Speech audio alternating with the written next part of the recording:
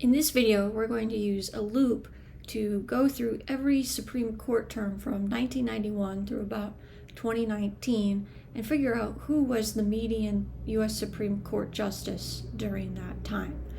So to do this, we're going to load this data set called justices. After setting our working directory, my data set is in this subfolder data, so I'll go ahead and load my data set. You should load it wherever this file is stored on your computer, or you can load it through a URL on a website. So if we peek in our justices data set, we see that every row is a particular justice in a particular year for all of these different Supreme Court terms. And as it turns out, we have years from 1991 all the way up until 2017 for Anthony Kennedy, but that's because he retired. So if we look at a table command, we can see all of the possible years in the data here, and we see that it goes from 1991 up through 2019, but we're missing 2005. And that will be important because that will prevent us from using some shortcuts like 1991 to 2019 in our code, because we don't want 2005 in there. All right, so what we want to do is eventually figure out which justice is at a particular median point for a given Supreme Court term. So one thing that we're going to do is we're going to transform this justice name variable into a character variable. The reason for that is when we want to extract text, which is what we will be doing, the name of a Supreme Court justice, R handles that a little bit better if a variable is in character form, where it's treated as raw text rather than valued categories. So we'll go ahead and coerce that into a character variable. It's not going to change the look of the variable at all when we're just viewing the variable, but it'll make it easier for R to handle this going forward. And I'll point out where that occurs. All right, so we see all of the possible justices in our data set. So the first thing that we can do is just calculate the median ideology for the justices in each term. What this is going to do is it's going to tell us what the median ideology is, but not which justice had the median ideology. So to start with this more simple task, we can still use that tapply function. And a tapply is going to be more efficient than a loop whenever you can use the tapply function. So if you can avoid a loop, you should, but we're going to complicate this situation in a second in a way that we'll go ahead and use the loop. So what tapply does is it uses this function at the end. Here we're using median instead of mean, which we've used before. And we're going to take the median ideology, so post_mn is the ideology variable, and we're going to do that for every term in this justices term variable. So when we run that code, we get the set of medians here. So we see we have medians from 1991 up through 2019, each score. And we could plot this score if we want, these scores if we wanted to.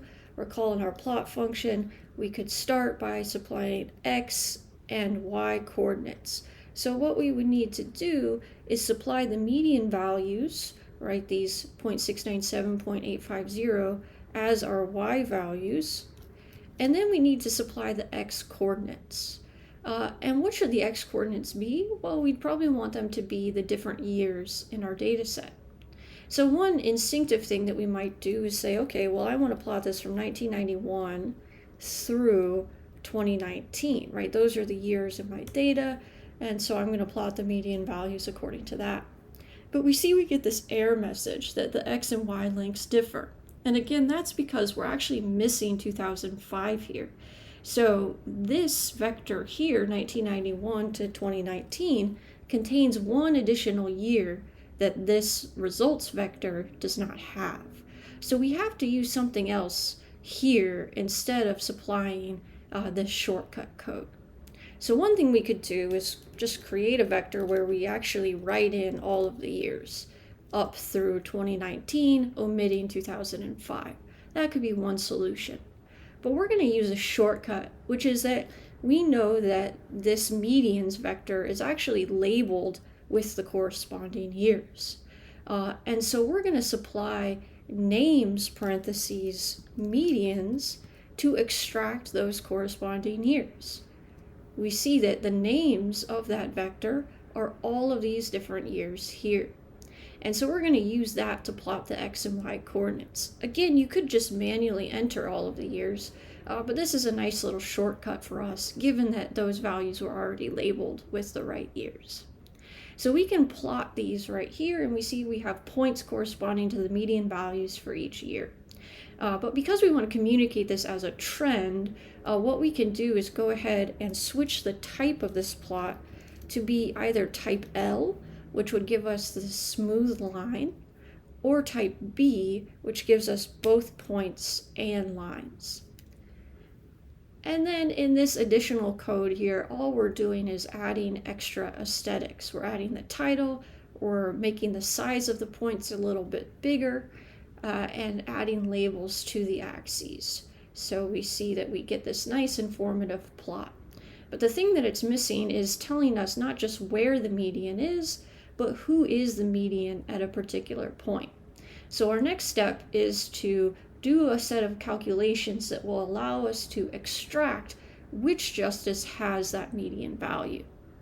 So what we're going to do is a loop, and remember the process of the loop starts with step 1 being that what we really need to do is compute who the median justice is for one term. After that, then we can loop through every term to figure out the median justices across all years. So we want to figure out the median justice for the first term in our data. So we know that that's 1991, but suppose our data were complicated and we couldn't quite figure that out. What we could do is first figure out what all of the unique terms are in our data. So what the unique function does is it pulls out all of the unique values in a column. And so these are all of the unique values. And these are already properly ordered for us. But if they weren't, what we could do is then sort these values. So in this SC terms object, we get all of the unique values of the different terms, and we're just going to do it for one of these terms. So we'll go ahead and do it for the first term by using SC terms bracket 1. Alternatively, we could just write 1991. That's the value of that first term. What we're going to do is we're going to subset our data to look just at rows that correspond to that first term. Again, you could use 1991 here, or you could put in SC terms brackets 1. Either of those would work. And what that's going to do is create a mini data set that's the same number of variables, but a lot fewer observations, because it's only going to have observations for the 1991 term. And in fact, we have exactly 9 observations, which makes sense because we have 9 Supreme Court justices. So what we want to do with this data is somehow figure out what the median value is, and then we need to figure out which justice has that median value. So we're going to break that into a 2-step process. The first thing we're going to do is take the median value of that column, and again, we're looking just within that smaller data frame here. We see that the median value is 0.697. So if we look back into that data frame, we see that 0.697 is here, and that corresponds to Sandra Day O'Connor. So we need to find some way through R to pull that information out of this data frame. So what we're going to do is to say, okay, well, I'm going to look within this subterm ideology. I'm going to evaluate each of those columns and define true or false whether each cell in that column is equal to that median value. And let me store my median value there. So when we run that, we see false, false, false, false, false, false, false, true, false. And if we look inside that ideology column, we see that, in fact, that makes sense because all of these values so far are not equal to 0.697, but this second to last one is. The second to last one, in fact, is equal to that median value of 0.697. So that's what this relational statement is doing. And so the full statement together is saying, I want to look within the justice name column and extract the justices' names for which this statement is true. And so in our case, that's only true at one point in time, because it's only true for Sandra Day O'Connor. She's the only one who has a name that corresponds to the rows where this statement is true. So our result ends up pulling out Sandra Day O'Connor as the answer to this. So just to refresh this process, we pulled out a particular Supreme Court term. For us, we chose 1991. We subsetted the data set so we have rows only for 1991.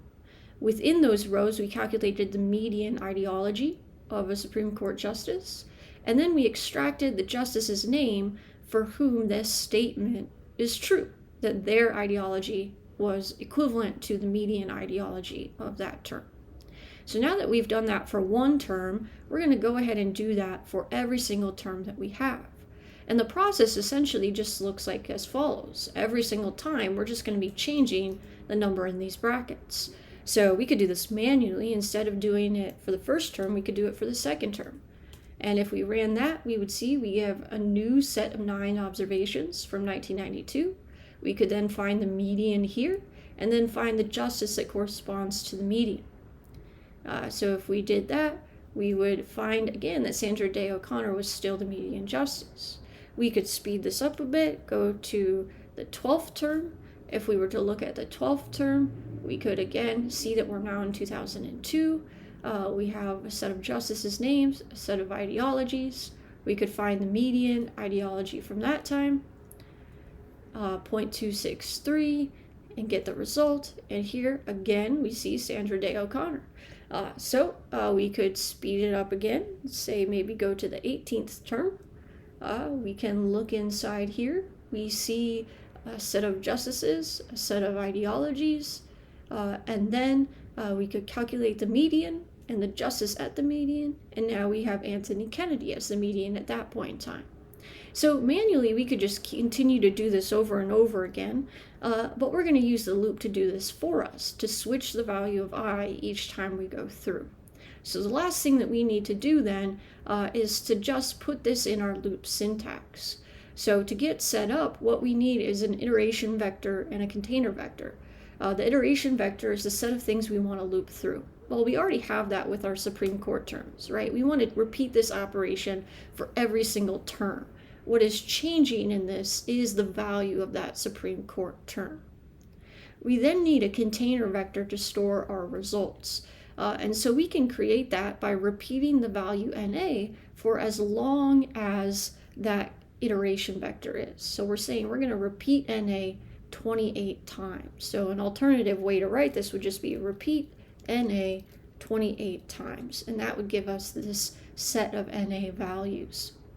So we're going to store that as the results vector here, and just to make it more interpretable, we're going to label the results vector. We can do that by saying I want to store the names of these results to be the values of the Supreme Court terms. So here we see that we have these nice labels for each of our NA values. Now that we have that set up, the next thing we need to do is to put it inside the loop syntax.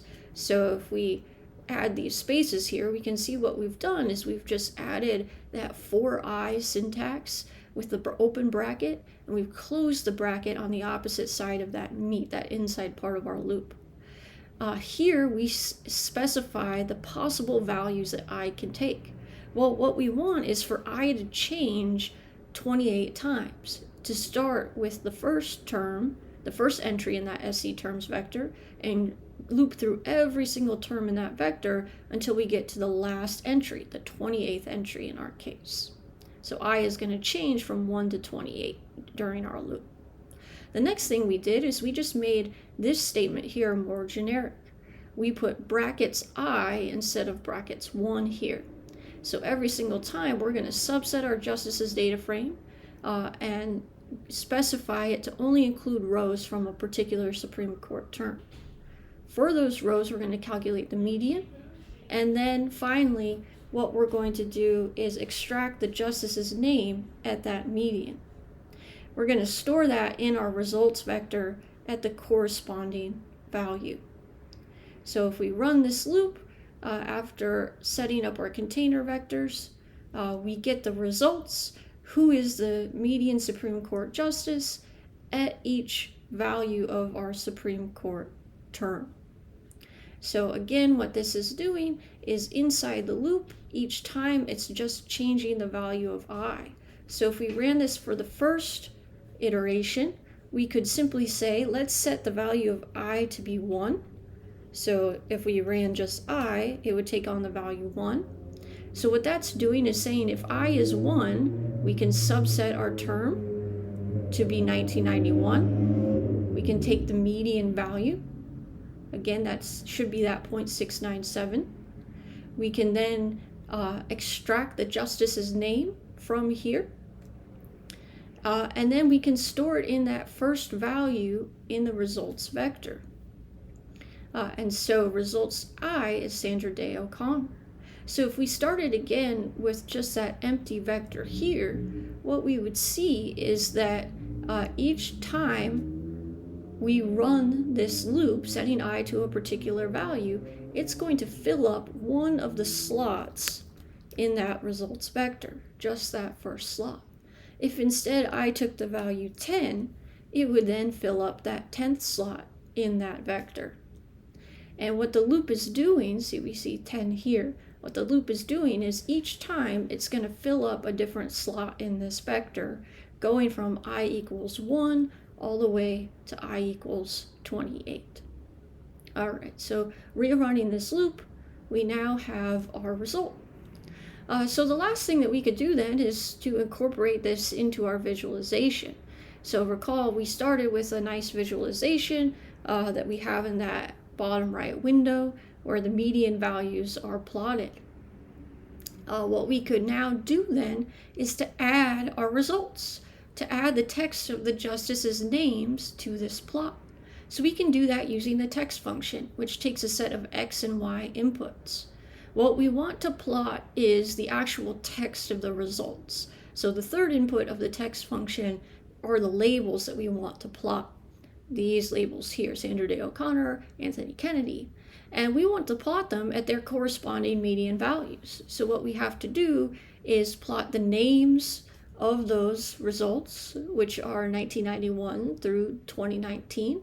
And then we have to plot them at the median values.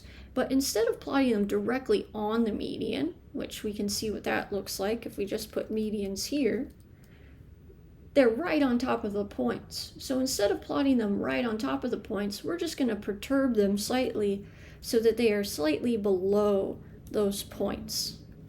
And if we rerun this, we can see that that makes it a little bit easier to read these different points because they're slightly below the points.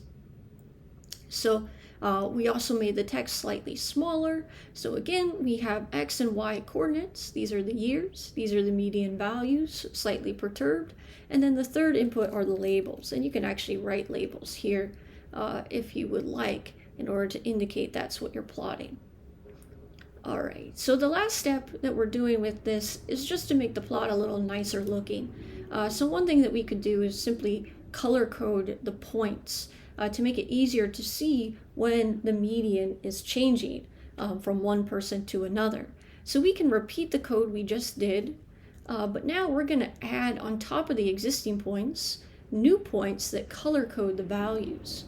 So to do that, we're using the points function. The points function works exactly like the plot function. So if you look up here, these are the same X and Y inputs. We're going to plot points at those exact same coordinates. The only difference is we're going to color code them.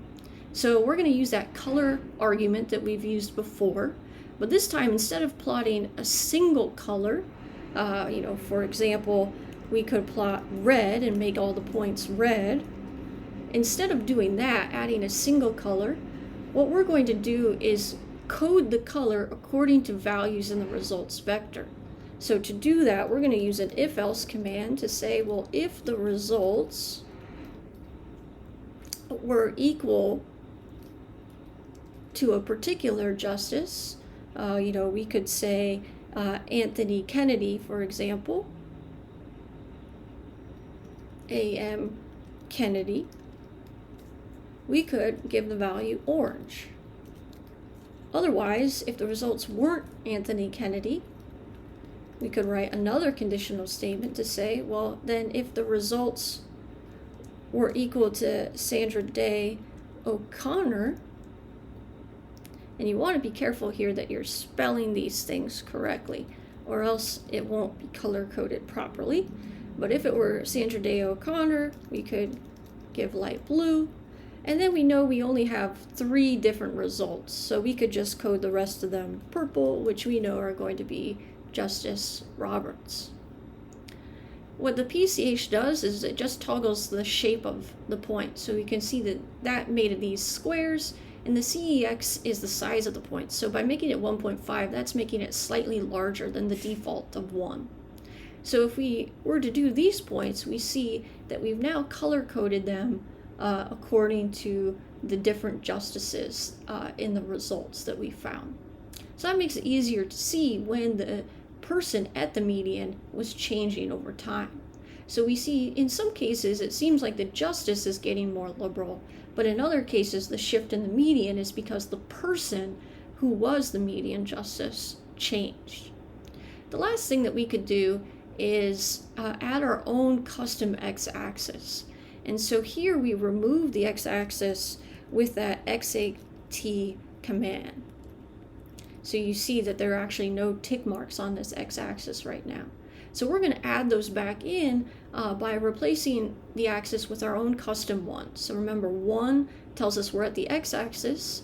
Names medians, remember those are just those points, those years. And then we're going to make them slightly smaller so more of them show up on our plot. So we'll make the size of the axis 0.6. So when we add that back in, you can see that it adds those terms as points on our x-axis. So far we've kind of made the plot slightly better to look at, easier to see when the median justice is changing, but we could improve this even more by removing those text names and instead just using a legend to indicate how the median is changing. So again, this first part here is going to create the plot with a few slight modifications. So what you might have noticed is that this line is a bit thicker, and we've removed the tick marks from this axis. So how we did that was using these 3 arguments here. LWD is the line width. That made it thicker because we set it to 2 instead of the default of 1. Tick equals false, removed the tick marks from this axis. And then the other thing we did is we rotated these numbers so that they're easier to read by putting LAS1. We could put LAS3 or LAS2 instead, and you can see that the orientation of these changes. We've still removed that x-axis like we did last time. Alright, so now we're going to add more information back in. So instead of using the tick marks, we can use little horizontal lines to indicate where we are on the y-axis. So what this is doing is adding a horizontal line at every point from -0.4 to 1, going by intervals of 0.2. LTY makes this a dashed line instead of the default of 1, and then the color is light gray here. So we've added these lines to make it easier to see where we are on the y-axis, even if we're way over here. We're now going to add a legend to correspond with our color-coded points. So we can go ahead and add those color-coded points first. That's what we did last time. And now instead of adding the text as names, we're just going to add a legend in the bottom left here to indicate which color corresponds to which justice. So we see we're going to add it to the bottom left. We're going to say that these are squares to correspond with the points on the plot. We're going to supply the unique colors that we used, and then we're going to correspond the labels. We're going to add the labels that correspond to each of those colors. We want to make sure that these are in the right order here so that people know how to read it. And then this is just going to remove the border of the legend because we don't necessarily need it. So here we see we've color-coded our points. And then if we wanted to, we could also add that axis back in. We could pull it up from our line before, recall we have that x-axis, so we supply a 1 here at the values corresponding to the years. That's where we want our tick marks to be, and we'll make them slightly smaller. And here we have that axis back in. So looking at the plot, we can see how the median has changed to become slightly more liberal, but has now shifted back to being more conservative, corresponding to Justice Roberts now becoming the median justice.